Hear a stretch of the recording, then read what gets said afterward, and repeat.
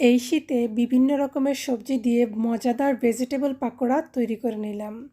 এখানে আমি পালং শাক, পাতাকপি, আলু, বিভিন্ন রকমের সবজি ব্যবহার করেছি। দিয়ে দিলাম কিছু পেঁয়াজ কুচি এবং কাঁচামরিচ কুচি। হ্যালো এভরিওয়ান, আসসালামু আলাইকুম। কেমন আছেন সবাই? আজকে সবার সাথে একটি ভেজিটেবল পাকোড়ার রেসিপি শেয়ার করব।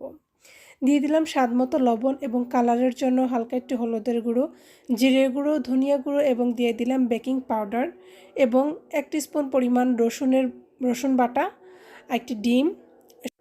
এখন এখানে আমি ময়দা বা আটা এবং চালের গুঁড়ি ব্যবহার করব।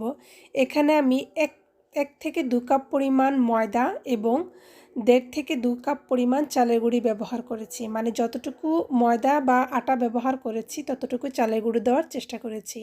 দিয়ে সামান্য একটু পানি ব্যবহার করে এটাকে হাত দিয়ে ভালোভাবে ম্যাশ করে নিতে হবে। একটু চেষ্টা করবেন এটাকে একটু সময় নিয়ে হাত দিয়ে ভালোভাবে মেখে এটাকে একদম মিক্স করে নেবেন, কারণ এটা একটু মিক্স করতে সময় লাগে। এবং যদি পানির প্রয়োজন হয় তাহলে সামান্য একটু পানি দিবেন, যদি প্রয়োজন না হয় পানি দেওয়ার কোনো প্রয়োজন নেই। ডোটা করার সময় অবশ্যই খেয়াল রাখবেন যাতে এই ডোটা অনেক আঠালো এবং স্টিকি হয়।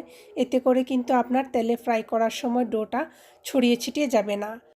আমাদের ডোটি তৈরি করা কমপ্লিট। চলুন এখন আমরা এগুলোকে সুন্দর করে তেলে ফ্রাই করে নেব।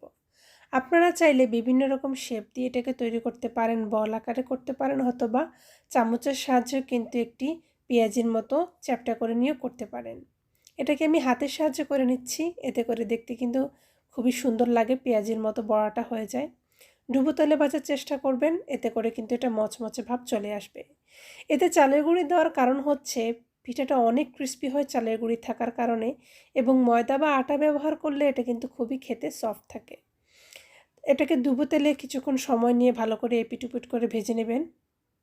বন্ধুরা, তোমাদের কাছে যদি আমার ভিডিওটি ভালো লেগে থাকে অবশ্যই আমার চ্যানেলটি সাবস্ক্রাইব করবে এবং কমেন্টের মাধ্যমে জানাবে আমার রেসিপিটি তোমাদের কাছে কেমন লেগেছে, এবং রেসিপিটি ভালো লেগে থাকলে বাসায় অবশ্যই ট্রাই করে কমেন্টের মাধ্যমে জানাবে। এই পর্যায়ে আমার সবগুলো পিঠা কিন্তু ভাজা হয়ে গিয়েছে। দেখুন পিঠাগুলোর কালার দেখতে কত সুন্দর এসেছে এবং কত মুচমুচে হয়েছে। এটা কিন্তু খেতে খুবই সুস্বাদু।